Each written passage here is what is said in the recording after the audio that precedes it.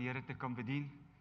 En ek is baie dankbaar om hier te kan wees. En ek wil vra voor ons begin, wil ek vra dat ons sal bid dat die Here vanoggend sy woord in elke hart en in elke lewe sal seën, want die woord van die Here is kragtig, die woord van die Here bring lewe, die woord van die Here gee, is nie net informasie nie, maar is ook daar vir impartasie.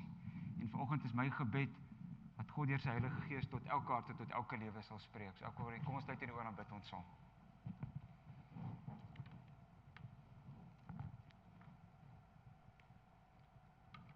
Here, vir 'n oomblik waar ons stil word.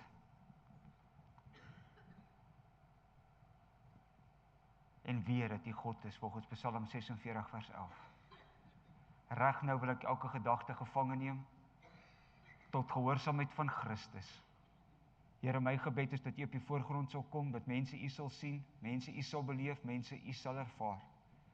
Here, dankie dat U woord so nie ledig terugkeer nie, maar dit sal dien die doel waarvoor U dit gestuur het. Ek bid vir geopende hart om te kan ontvang, geopende ore, sodat U woord wat saad is, dat dit sal vrug dra in elke hart en in elke lewe, Vader. En Here, reg nou bid ek, Here, dat U my woorde sal salf, dat die woorde wat gespreek sal word, woorde van God sal wees, die woorde van 'n mens nie, Here, en dat U die eer, die lof, die dank en die aanbidding sal kry, want aan U alleen kom dit toe, en ons loof U daarvoor, in Jesus se naam alleen. Amen.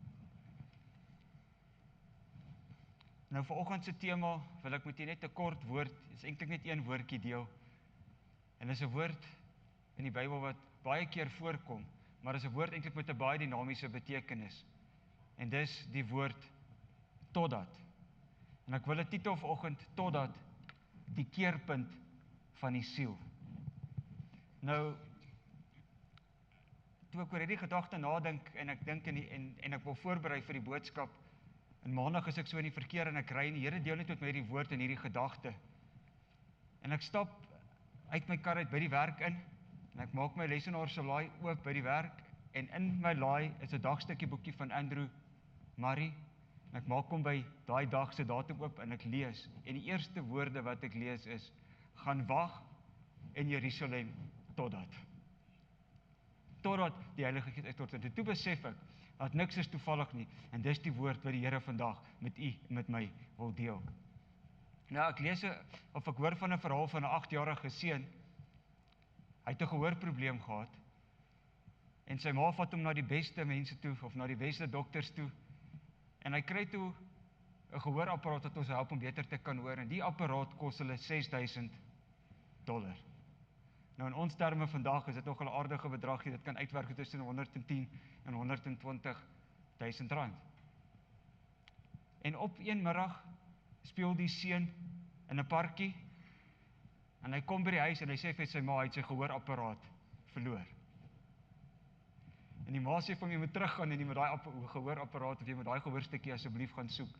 En hy is uit en hy het gaan soek, en na 'n rukkie kom hy terug, en hy sê vir sy, maar hoor jy so, ek kry daai gehoorstukkie net mooi nêrens nie, ek weet nie waar hy is nie. Die ma sê, bly jy hier, ek sal gaan soek. Die ma is uit, sy het gaan soek, en sy bly hele rukkie weg, en sy kom terug met die gehoorstukkie in haar hand. En die seun vra van hom, waar het dit reg gekry? Ek het daai parkie gevind, ek het gesoek, ek kon nie daai gehoorapparaat kry nie. Die ma sê vir hom, seun, jy het 'n gehoorapparaat of 'n gehoorstukkie gesoek, ek het $6,000 gesoek. Die intensiteit is waar dit gaan. Die intensiteit het die soektog verdiep. En my vraag vanoggend is, as ek my lewe en u lewe vanoggend moet vergelyk, hoe lyk die intensiteit na die soeke, na die teenwoordigheid van God vandag in ons lewens? Hoe lyk dit? In ons besige lewe, in 'n lewe wat gejaag is, in 'n lewe wat baie keer voel of dit net gebeur, wat net verby ons hardloop, is daar nog 'n intense soeke na die teenwoordigheid van God? Want in vandag se lewe is dit al wat my en u kan deurdra. Want sonder dit weet ek nie wat gaan ontstaan nou nie. Ek weet nie of jy met my saamstem nie. En 3 Johannes 1 vers 2 sê die volgende: Geliefde, ek wens dat dit met jou in alles goed mag gaan, en dat jy gesond is, soos dit met jou siel goed gaan. Weet jy wat 'n gesonde siel vandag, en 'n gesonde denke, is die eerste stap tot 'n lewe van oorwinning. En hoe kry ek dit, dat my denke in lyn is, en dat ek gesonde denke het, en dat dit my lewe rig en lei? Dit kom net op een plek, in die teenwoordigheid van God. Kom op geen ander plek nie. En dis hoekom Johannes hierdie woorde skryf. Hy sê, geliefde, ek wens dat dit met jou en alles goed mag gaan, dat jy gesond is, soos dit met jou siel goed gaan. Ek wonder vandag as ek mense moet evalueer ten opsigte van hulle sielswense en hulle denkwyse, hoeveel mense het werklik waar vandag 'n gesonde siel? Of hardloop ons gedagtes oral en is oral heen. En ons weet nie wat om te maak met al die stemme wat met ons praat nie. Dis hoekom ons moet baie keer stil word in die teenwoordigheid van God. Ek glo my, ek praat vandag harder met myself as met enige een van julle, want ek face ook dieselfde uitdaging as wat u face, as wat u in u lewe teekom. Psalm 73 vers 17, en dis die hoofteks vir oggend, sê, totdat ek in die heiligdom van God ingegaan het en op die einde gelet het, totdat ek in die heiligdom van God ingegaan het en op hulle einde gelet het. Daar is sekere woorde in die Bybel wat klein lyk, maar dit dra groot krag. Woorde soos maar, nogtans, en, want, en dan kom die woordjie totdat. En vandag is die fokus hierdie woord, totdat. Die woord, dis 'n woord van oorgang, dis 'n woord van verandering, dis 'n woord wat sê, dinge was so, pyn was groot, verwarring was werklik, geloof was besig om te wankel, totdat God ingegryp het. Totdat God ingegryp het. Psalm 73 is eintlik die verhaal van 'n man met die naam van Asaf. Dit is deur Asaf geskryf, en meeste van die psalms, of wel 'n gedeelte van die psalms wat deur hom geskryf is spesifiek. En Asaf was 'n kerkmens gewees. Hy was iemand gewees wat God gedien het. Hy was 'n worship leader, hy was 'n leviet, hy was in die kerk. Hy het kerk geken, hy weet wat kerk was. Hy was 'n worship leader, met ander woorde, hy was iemand wat nie buitekant die geloof gestaan het nie. En die opskrif van hierdie psalm is die groot raaisel. En dit is seker een van die eerlikste psalms wat ek in my lewe nog gelees het. En ek wil vandag sê, ek dink hier's nie vanoggend iemand wat nie al hierdie vraag gevra het, wat Asaf in sy lewe gevra het nie. Want ons almal kom op 'n stadium waar ons dalk fokus verloor, en waar ons vra wat baie keer twyfel in ons lewe saai. Asaf, 'n aanbiddingsleier wat amper sy geloof verloor het. Hoekom? Want hy het na die goddeloses gekyk en gesê, hulle floreer. Hulle het geld. Hulle het gemak. Hulle het geen probleme nie, terwyl regverdiges swaar kry. Sy hart word bitter. Maar dan kom een woord wat die hele psalm verander. Totdat. Voor die totdat is daar verwarring. Want hy sê in Psalm 73 vers 2 tot 3, maar wat my aangaan, my voete het amper gestruikel, want ek was opgunstig of hoogmoedig is, toe ek die voorspoed van die goddelose mense sien. Asaf sê, ek het amper geval, met ander woorde, ek wil 'n Engelse woord gebruik, ons ken die woord backslide, ek het amper teruggeval. Nie omdat God nie bestaan het nie. Hy het nie teruggeval omdat God nie bestaan het nie, maar omdat hy nie verstaan het nie. Daar's mense vanoggend, hier wat vra, Here, hoekom het dit gebeur? Daar's mense vanoggend wat vra, waarom floreer verkeerde mense? Hier's dalk mense vanoggend wat vra, waarom ly goeie mense? Waarom voel dit vir my vanoggend asof God nie my gebed hoor nie? Hoekom voel dit asof God ver is? Asaf was eerlik. Ware geestelike volwassenheid begin eintlik wanneer ek en u maskers afhaal voor die Here en eerlik is met God in ons hart oopmaak. Die gevaar van 'n verkeerde fokus. Asaf het sy oop mense gehad in plaas van God. Nêrens in die Bybel word ons geroep om mense te volg, ons word geroep om Here Jesus Christus te volg.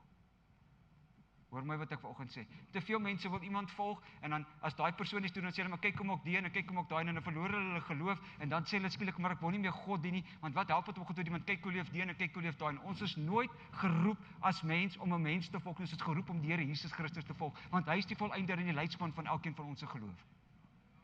Hy is die volëinder van ons geloof. Hy moet die fokuspunt wees. Hy moet die middelpunt wees waarom alles draai. Mense staan om leiding te gee. Pastore en leiers staan om leiding te gee. Maar die ultimate goal moet wees die Here Jesus Christus en hom alleen en sy woord. En Asaf 'n leier in die teenwoordigheid van God, en is iets waarmee ek worstel. Dis iets waarmee ek worstel, en ek dink is tweeledig, toe ek hierdie lees. Kan dit wees, dat Asa was 'n worship leader, hy was in die kerk gewees, maar hy het gedoen uit ritueel.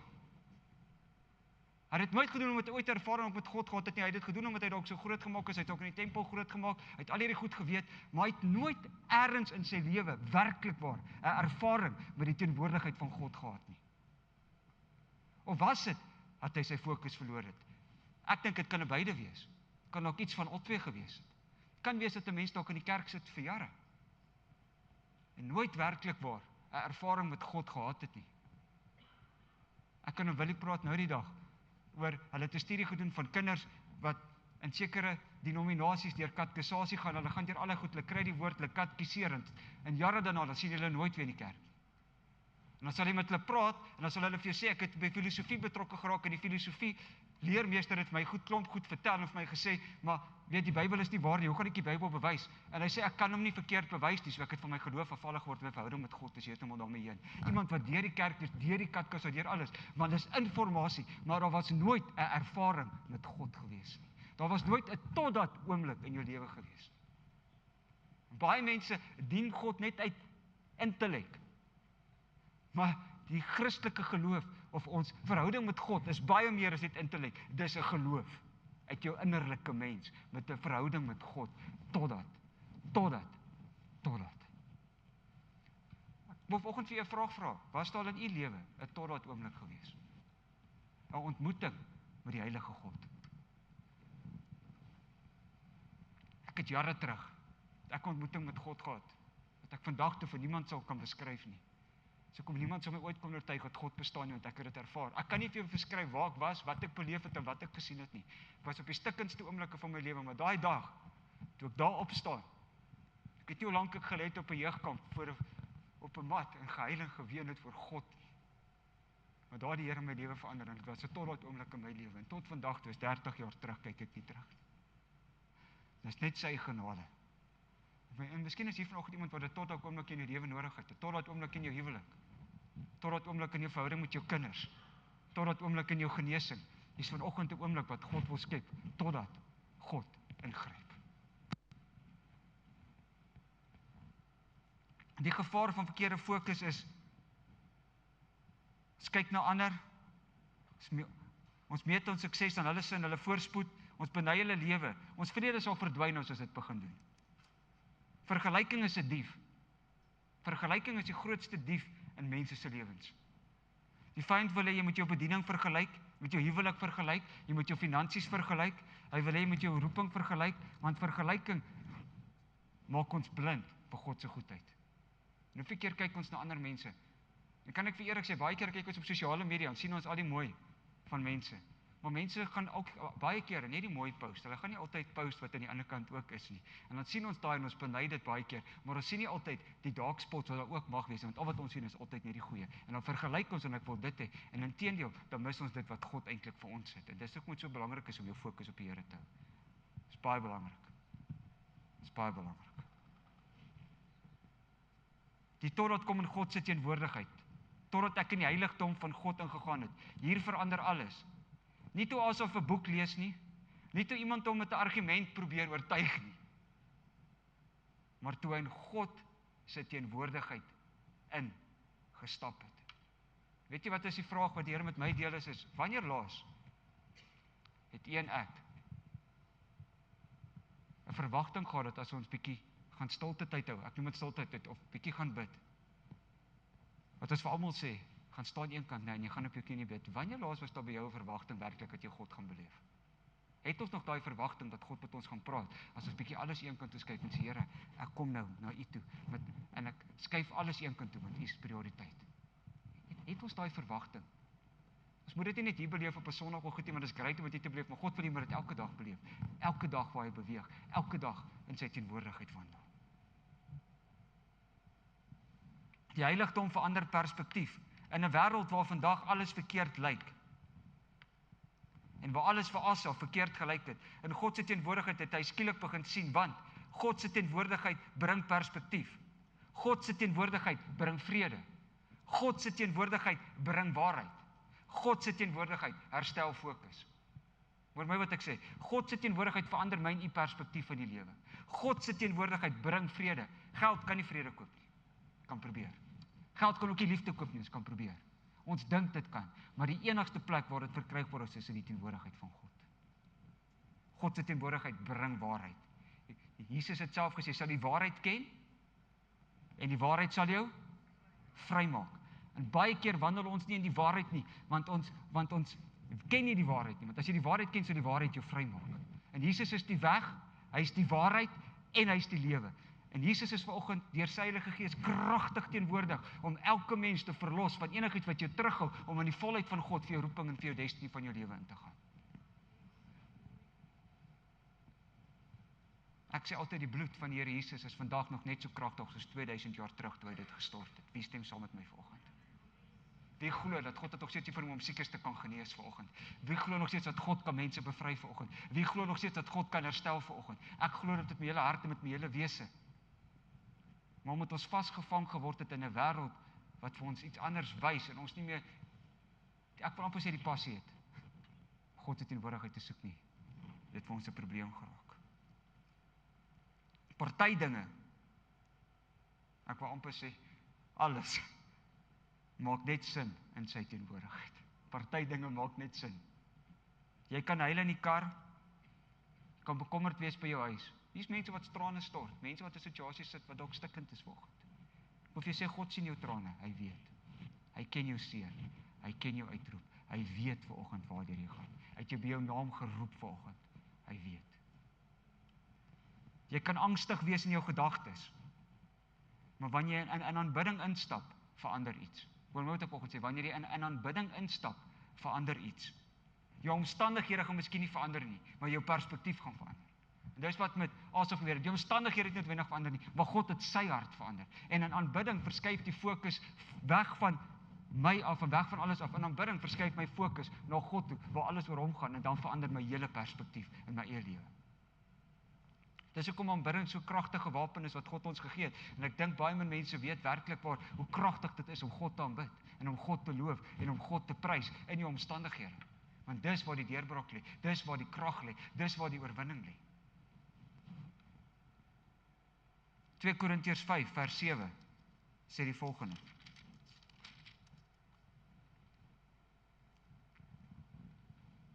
Want ons wandel deur geloof en nie deur die aanskouing nie. Sê vir iemand wandel deur die geloof en nie deur die aanskouing nie. Weet wat beteken dit werklik? Dis weer eens wat ek in die begin dalk gesê het oor die intellek en die geloof. Abraham is die vader van geloof. Logies gesproke sou dit nie sin maak toe God vir hom die opdrag gee om Isak te vat en hom te gaan offer nie. Logies gesproke, wat een van ons sou dit dalk gedoen het? Want in ons intellek en in ons vermoë sou dit heeltemal buite ons verwysingsraamwerk gehad het, want God het gesê, hier is die seun van die belofte, en uit jou uit gaan die hele wêreld, soos sterre van die hemel en die sand van die see wees. Uit jou uit. En God sê vir hom gaan offer, daai belofte. En in ons denkwyse is dit iets wat totaal en al buite ons verwysingsraamwerk is. Maar omdat hy iemand was wat geloof gehad het, en wat verder gestrek het as die intellek, en verder as aanskouing, het hy God gehoorsaam in daai opdrag. En hy het dit gaan uitvoer. En die Bybel verklaar in Romeine, dat hy het gesê, hy het teen hoop op hoop geglo, dat God het die vermoë om Isak uit die dood uit te kan opwek. Dis meer as net aanskouing en sien. Dis 'n geloof wat verder strek as net dit wat ek en hier sien. En hy kon God gehoorsaam. Dieselfde met Moses. Daar was 'n tot dat oomblik in Moses se lewe gewees, toe hy by 'n brandende braambos kom, en God vir hom sê, ek openbaar myself vandag, ek is wie ek is. En daai woorde is die woorde wat hom staande gehou het, die hele tyd toe hy met Farao in kontak was, en hy die hele volk moes uit Egipte land uitlei. Want daar was 'n ontmoeting met God, by daai brandbos wat hom staande gehou het. Hy het 'n tot dat oomblik gehad daar, wat vir hom sy hele destiny oopgemaak het. Dis baie meer as net intellek. Dis geloof. Dis geloof.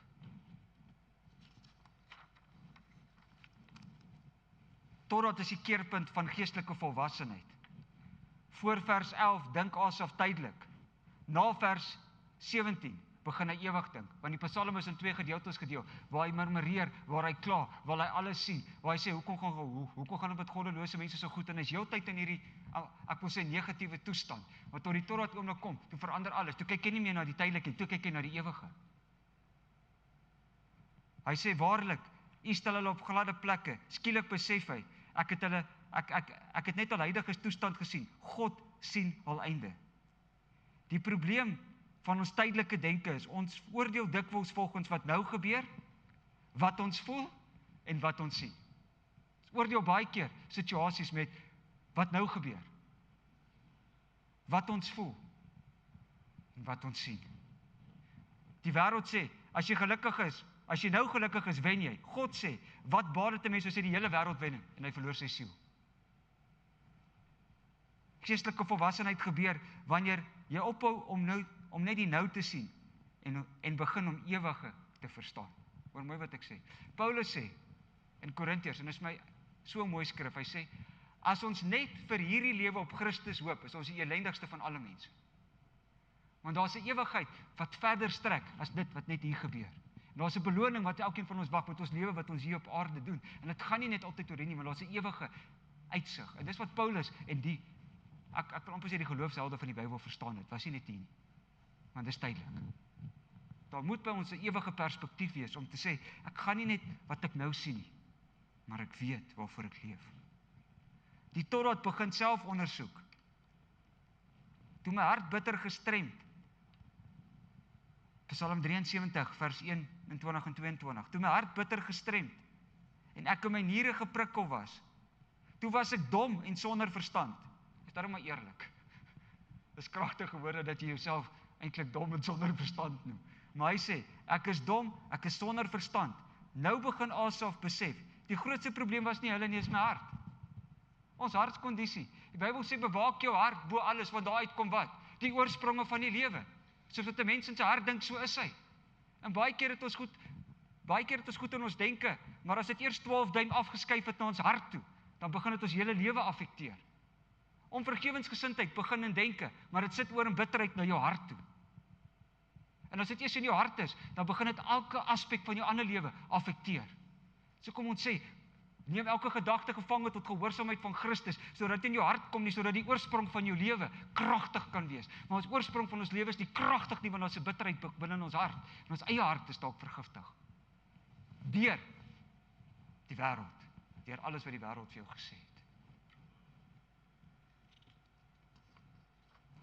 Bitterheid verblind. Dit verdraai perspektief, dit steel vreugde, dit maak jou hard, dit laat jou God verkeerd interpreteer. Asaf moes eers met wat sien wat in sy eie hart aangaan. Die Bybel sê die hart is bedrieglik bo alles, wie ken dit? Party mense, of ek wil vandag sê, mense is nie noodwendig moeg vir kerk, of hulle wil God nie meer dien, of moeg vir God nie. Hulle is moeg vir teleurstelling. Dis mense wat moeg is vanoggend. Jy is ook deur mense teleurgestel. Ek dink nie is iemand vanoggend wat hier kan sit, wat vir my kan sê, jy is nog nooit deur enig iemand teleurgestel. Ons was al almal in ons lewe deur een of iemand anders teleurgestel, is dit nie so nie? Ons is moeg vir teleurstelling, moeg vir lewe beloftes. Ons is moeg vir wagtyd. Vandag in 'n wêreld waar alles kits is, alles is vinnig, alles gebeur vinnig. En omdat alles vinnig moet gebeur, verwag ons God moet ook vinnig werk. God is nie gekoppel aan tyd nie. Hy is die begin, hy is die einde, hy is die alfa, hy is die omega. Hy is nie gekoppel aan tyd nie, ek is gekoppel aan tyd. En ons wil baie keer hê God moet in ons verwysing raamwerk van tyd werk. En God werk buite daai verwysing tyd en hy doen dit op sy tyd in my en u lewe. Ons is dalk moeg vir wag. Ons is moeg vir teleurstelling. Dis mense wat sit, jy's moeg vir pyn.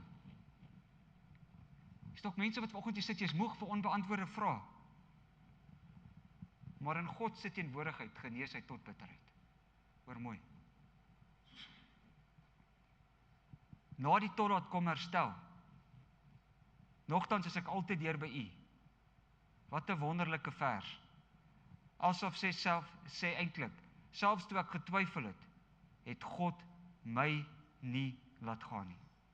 Ek is so dankbaar as ek die Here se genade so groot, selfs in ons twyfel laat hy ons nie gaan nie. Selfs in ons twyfel, los hy ons nie, want sy genade is groot.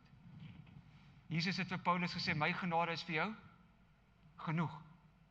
My krag word in jou swakheid volbring. En baie keer as ons swak is ons eintlik sterk, maar die Here wil hê ons moet ons swak kant vanoggend in sy sterk kant sit, sodat sy heerlikheid deur ons lewe gesien kan word.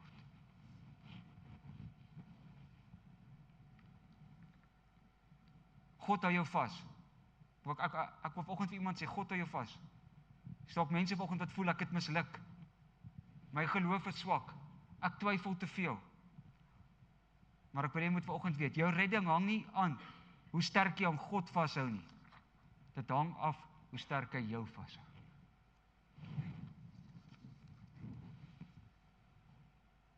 Psalm 73 vers 24.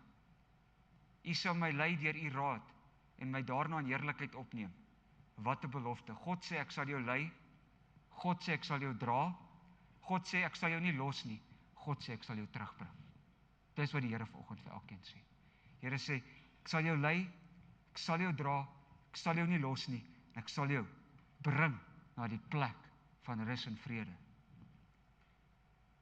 Maar die grootste openbaring wat asof in hierdie hele gedeelte kon maak is op Psalm 73 vers 25. Weet ek buite U in die hemel. Buite U begeer ek ook niks op aarde nie. Hier kom asof by die hoogste vlak van geestelike groei. Hy sê nie gee my meer geld nie. Hy sê nie gee my meer of minder probleme nie. Hy sê ook nie gee my antwoorde nie. Hy sê gee my net U. Gee my net U. En dis eintlik wat ek vanoggend vir u wil sê.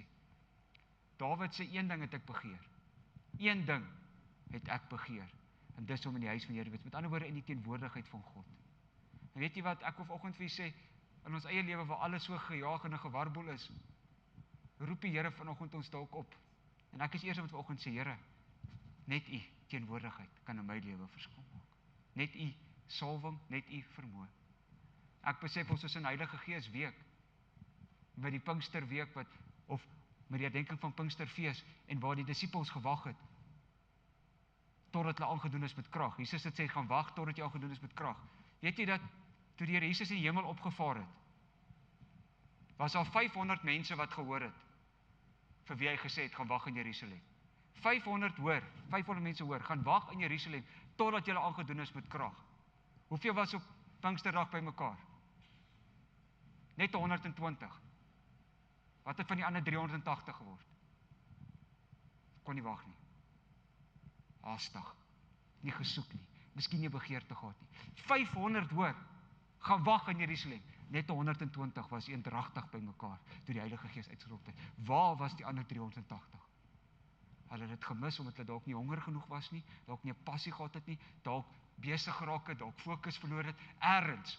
My vraag is wil ons deel wees van die 380 of wil ons deel wees van die 120? Waar staan ek in hierdie week gaan ons bid, ons gaan God se teenwoordigheid soek. Ek wil vra, koop die tyd uit. Maak tyd. Maak tyd. As jy een tree gee God 1000. Maar soek God se teenwoordigheid. Die grootste wonderwerk is nie dinge nie. Die grootste wonderwerk is God se teenwoordigheid. Sy vrede, sy nabyheid, sy liefde. Dis die grootste wonderwerk in elke mens se lewe. Baie mense dien God vir wat hy gee, maar volwassenheid sê, selfs as alles wegval, U is genoeg. Weet jy veel mense dien God net vir voordele? En dis vir my die kruks van Job se hele verhaal. Job se hele verhaal gaan daaroor. Die Satan sê vir God, Job sal U net dien omdat U goed is vir hom, maar vat alles weg. Job sal U in die aangesig seën, met ander woorde Job sal U vloek. God sê reg, jy kan alles vat, jy mag nie sy lewe vat nie. En 'n bestek van 'n paar oomblikke verloor hy 10 kinders, hy verloor al sy goed. Tweede keer gaan die duiwel en hy het weer 'n gesprek met God. En toe sê die Here van kyk, Job dien nie nog steeds. Toe val hy sy gesondheid aan. Van rykste man, soos 'n Bill Gates status, want hy was die rykste man in die Ooste uit. 'n Bill Gates status, Elon Musk status gehad, hy het alles gehad wat sy hart begeer. En in 'n bestek van 6 maande sit hy op 'n ashoop en krap sy seer, hy het niks oor nie. Sy vrou sê vir hom, vloek God en sterf. Hy sê net een ding, ek weet waarlik, my verlosser leef, en hy sal as laaste opstaan oor die stof van my lewe. Want vir Job het nie gaan oor die benefits vir God nie, hy het God gedien vir wie God is. En Hoe baie mense dien vandag God net vir die benefits, en omdat ons God dien vir die benefits, en ons kry dit nie. As ek met my vrou in 'n verhouding is, net vir wat ek kan kry, hoe lank gaan 'n huwelik hou? Ek is mos nie verhouding met my vrou net vir wat ek kan kry, ek is daar vir wat ek kan gee. Dis hoekom baie huwelike vandag uitmekaar het, want dit gaan net oor ek. Dis ons. En dit gaan oor gee. Baie mense sê, ek wil vra, wat kan God nog vir ons sê? Die Bybel sê, hy het ons alles gegee. Hy het nie sy enige gebore seun gespaar nie, hy het vir ons alles gegee. Hoe sal hy nie saam met ons alles genadiglik skenk nie? God het alles gegee. Hy vra vanoggend, wat is jy bereid om te gee? Wat is ek vanoggend bereid om te gee? Maar omdat ons verwysing raamwerk is, ek moet kom en ek moet net kom ontvang. Ek is eerlik met jy, ek kom nie net kerk om te ontvang, ek kom om te gee. Wat kom ek gee? My aanbidding. Kom nie kerk toe, enigstens uit my perspektief vanoggend, om net te kom ontvang nie. Ek kom om my aanbidding te kom gee, want hy verdien dit, want hy is dit waardig. Want hy het in 'n kruis gesterf vir my. En was dit nie vir dit nie, was ek nie vanoggend hier nie. Hy het my siel gered, en was dit nie vir dit nie, was ek nie vanoggend hier gewees nie. I come to give one thing, my worship, my praise. And as I give my adoration to a holy God, God is giving back to me. Maar hoeveel van ons kom net om te ontvang, maar kom ons werklik om te gee, mense. Kom ons werklik om in ons aanbidding voor God te gee, Here, hier sê ek gee oor. En soos wat ek oorgee, sê die Here, ek sien jou hart, and I surrender all. En sê die Here, nou kan ek met jou werk, nou kan ek met jou deel, nou kan ek met jou praat. Ons moet ons perspektief verander oor sekere goed. Why are we here? Not to receive, but to give. My life, my heart, my adoration, my service.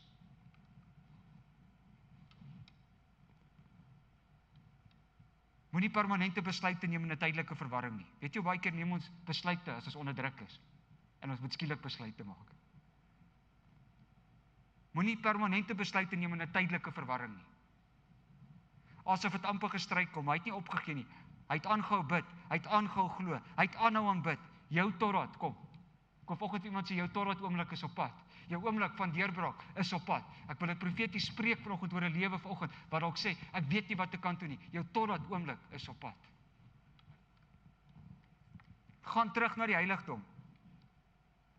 Jy het die teenwoordigheid van God nodig. Nie net nog 'n preek nie, nie net nog 'n video nie, nie net nog 'n opinie nie. Jy het God se teenwoordigheid nodig. En ek maak 'n nota uit terwyl ek voorberei, ek skryf een ding. Keer terug na jou eerste liefde. Ek onthou toe ek tot bekering gekom het as 'n jong seun, en die ontmoeting wat ek met die Here gehad het, niemand was veilig nie. Niemand. Nie eens die hond was veilig nie, ek beloof jy, ek wil almal bekeer het. Ek wil, weet, maar soos wat ons in ons jare groei en ons vermeerder kennis, is daai ywer en daai passie. Dink bietjie terug, hoe aan die brand was jy vir die Here gewees met jou eerste ontmoeting vir die Here, en waar staan ons vandag?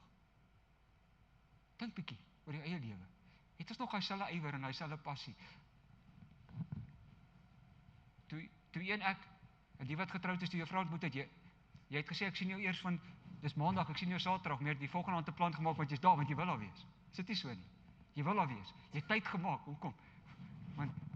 Want ek wil by die een wees by wie ek lief is. Jy het alles opgeoffer, want ek wil daar wees, want ek is lief vir daai persoon. En dan raak 'n huwelik 30 jaar later, en dan hoor ek die vrou sê vir die man, jy sê nie meer, jy is lief vir my nie. Toe sê ek het vir jou gesê, die dag toe ek met jou trou, ek is lief vir jou. Ek sê jou sê, is iets verander. Ek sê jou sê, is iets verander. Jy sien, gewoonte, het raak gewoonte mekaar. Iemand het jou nog gesê, die huwelik is soos 'n motorkar, om hom blink te moet jy hand op hom hou. Om hom blink te moet jy hand op hom hou, net so. In ons verhouding met God, het ons partykeer so vol kennis geraak, maar ons het ons passie en ons ywer verloor. Ons het baie kennis, ons het baie intellek, ons het baie dinge, maar waar is die passie? Where is the passion? En vanoggend is dit in my hart net een keer eerder, bring weer terug die passie vir God se teenwoordigheid. 'n Passie na die soeke na God, want dis waar alles is.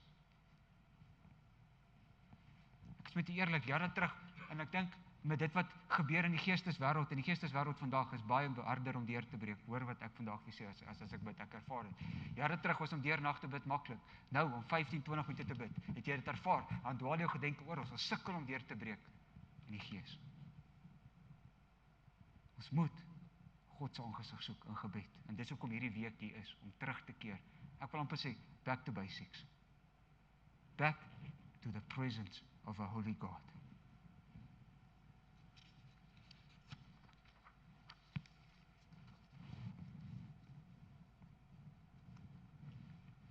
Laat God jou perspektief verander. Party vir dinge verander nie onmiddellik nie, maar wanneer jou perspektief verander, verander jou lewe.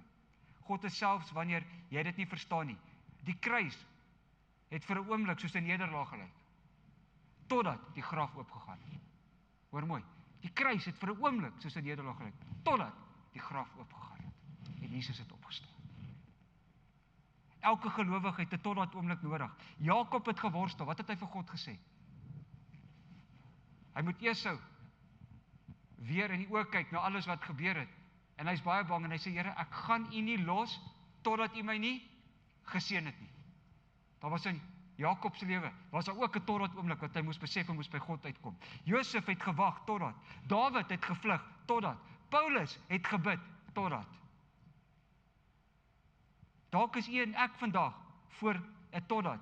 Jy verstaan nie, jy's moeg, jy wonder, jy huil, jy hou vas, want een ontmoeting met God kan alles verander.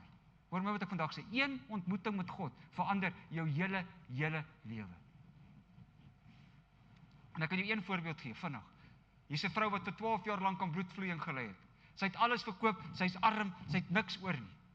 Maar sy sê by haarself, as ek net die soem van sy kleed kan aanraak, sal iets gebeur.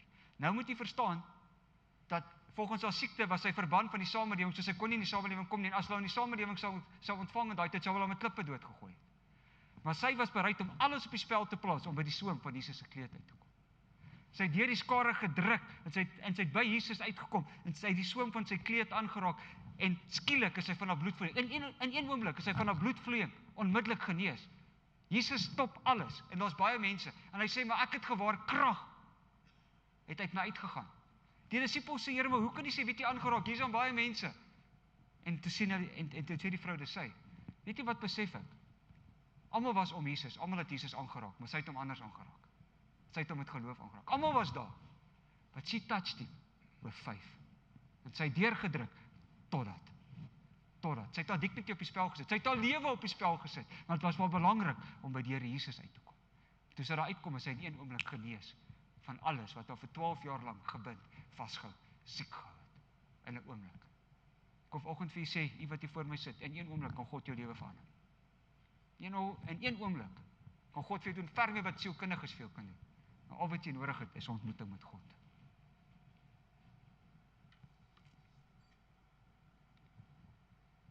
My en u storie eindig nie vanoggend by verwarring nie.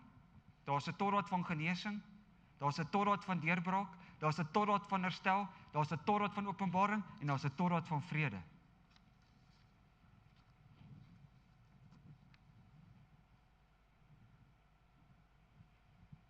En ek wil elkeen vanoggend uitdaag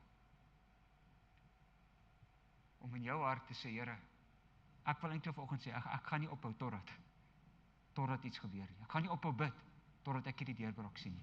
Ek hoef iemand vanoggend sê, moenie moed opgee nie. Moenie moed opgee vanoggend in jou gebed. Moenie moed opgee enige iets nie. Bid totdat iets gebeur. Cindy, ek wil jou vra, né? Kan jy vir daai lied regkry asseblief?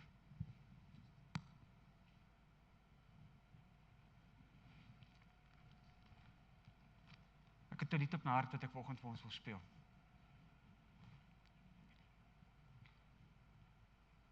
Dis 'n ou lied, dis 'n ou koortjie. Maar ek wil jy sluit jou oë vanoggend.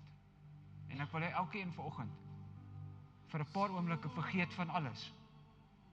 Vergeet van wie's om jou, vergeet van jou pyn, van jou hartseer. En kom ons vir 'n oomblik, né? Maak hierdie lied vanoggend jou gebed. You're all I want, you're all I've ever needed. En maak dit vanoggend jou hartsbegeerte. En ek wil vanoggend hê, kom ons sluit ons oë terwyl hierdie lied speel. Kom ons sluit ons oë.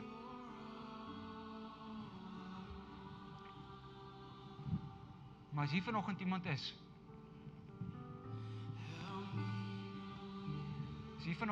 wat sê, ek het 'n totdat oomblik in my lewe nodig. Ek soek weer 'n vars aanraking. Ek het ergens het ek dalk soos Asaf fokus verloor. Of ek het nog nooit werklik iets beleef nie. Ek het maar net deur die emotions gegaan, maar ek het dit nog nooit beleef nie. Ek wil dit vanoggend beleef. Of ek het dalk genesing nodig, of ek het iets nodig. Dan is hier vanoggend 'n altaar hier vanoggend hier voor vir 'n oomblik met 'n ontmoeting met God. En ek wil hê As jy vanoggend die moed het om uit te stap, kom staan nie voor nie. Ek wil graag saam met jou gebed doen. As er vanoggend iemand is wat sê, bid vir my. Ek het vanoggend 'n torrot oomblik in my lewe nodig. So enigiemand wat sê, bid vir my. Of steek dit jou hand op daar waar jy is. So enigiemand wat sê, bid vir my.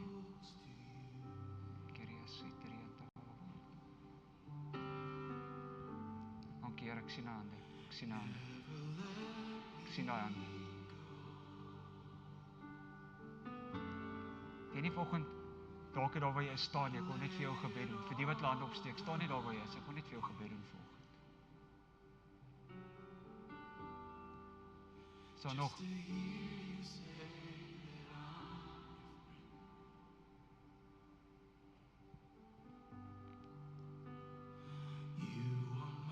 Bly net vir 'n oomblik in aanbidding terwyl die Here met mense se harte en mense se lewens werk vanoggend, want God wil vanoggend 'n wonderwerk in elke hart en in elke lewe doen.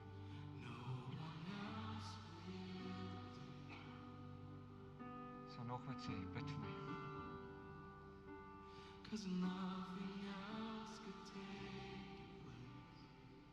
Thank you Jesus, Here, dankie dat U vanoggend, Here, hierdie mense se harte sien. U sien vanoggend, Here, die uitroep in mense se harte. U hoor vanoggend die uitroep in mense se harte, Vader. En dankie, Here, dat U vanoggend hulle seer genees. Dankie, Here, dat U vanoggend kom en dat U 'n wonderwerk in hulle lewe doen. Here, bring ons weer terug na U teenwoordigheid. Bring ons weer terug, Here, na U toe vanoggend. Dis my gebed in Jesus naam.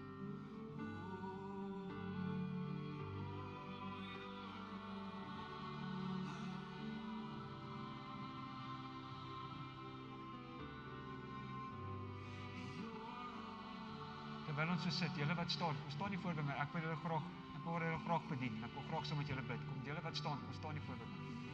Kom staan nie, kom staan. Maar wil jy kom staan nie voor by my. Ek wil saam met julle bid. Kom staan nie Attie. En terwyl jy in die banke besig is met die Here, steek op julle hande hier voor. Ek gaan net saam met julle bid. Steek op julle hande. En as jy nog iemand is wat by die gebed wil ingesluit wees, as daar nog iemand is wat wil kom vanoggend wat sê, ek het 'n torrot oomblik in my lewe nodig. Ek het 'n vars aanraking van God nodig. Ek het 'n vars passie in my lewe nodig. Ek het vanoggend net God se teenwoordigheid nodig. As dit vir jy vanoggend is, kom uit vanoggend. Laat toe dat God se krag en God se heerlikheid jou vanoggend bedien.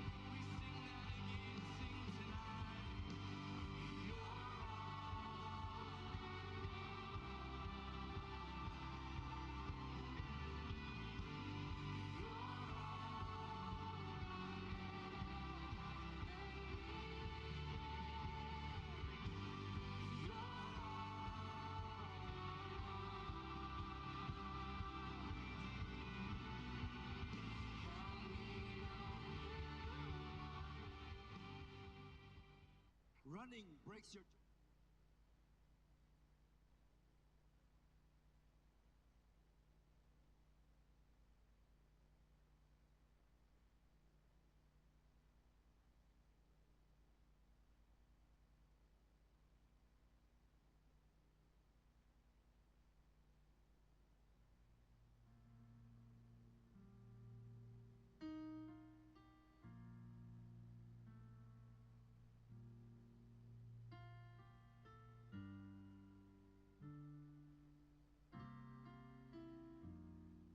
Almal net opstaan, dan gaan ek vir ons afsluit.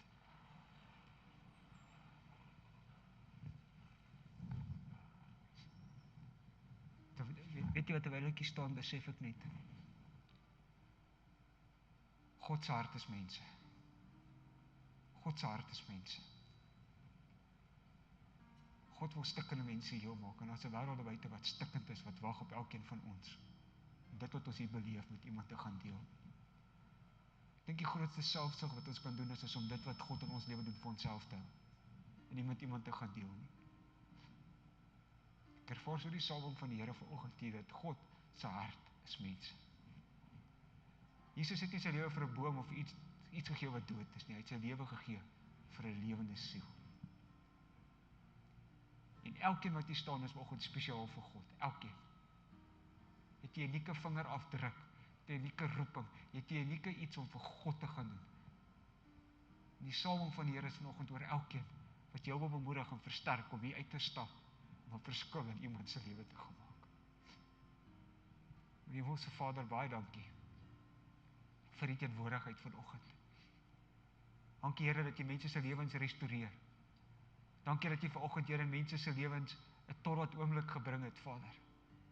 Mense wat dalk al jare bid vir verlore, Here, vir familielede wat verlore is, Here, mense wat dalk sê, ek het net vanoggend ontmoeting met God nodig, en dankie Here dat U vanoggend in hierdie plek, ontmoetingsplek was, Here, hierdie was 'n plek van ontmoeting, 'n huis van brood, 'n huis, Here, waar U teenwoordigheid kragtig werk. Here, ek wil bid dat U elkeen in U liefde en in U vrede sal verdaag, maar ek wil bid, Here, dat U hand van bewaring oor elkeen sal wees, en dat U genade in U hand oor elkeen sal wees, Vader. Maar Here, ek wil bid, Here, dat ons in hierdie tydperk wat ons gaan wag, totdat, in hierdie tydperk, in die volgende week wat ons gaan wag, Here, Here, dat ons sal stil word, dat ons sal afsny van die wêreld, en dat ons werklik waarin, Here, so gedoop sal word met krag en met heerlikheid, Here, dat ons perspektief sal verander, dat alles in ons lewe sal verander, Vader. Here, maar dat ons begin die wêreld uit 'n ander oog kyk, Here, uit 'n perspektief soos wat U dit sien, en nie soos wat ons dit sien nie, Vader. En ek dank U daarvoor vanoggend, Vader, dat U teenwoordigheid vanoggend op elke hart en op elke lewe is. En ons loof U, en ons prys U daarvoor, Vader. Verdaag ons so in U liefde, en bring ons weer op 'n plek byeen, Here, en op 'n tyd byeen, Here, waar ons net U teenwoordigheid kan beleef en ervaar, en ons eer U daarvoor. In Jesus se naam. Amen. Geef iemand 'n drukkie, geef iemand, share 'n bietjie die liefde met iemand.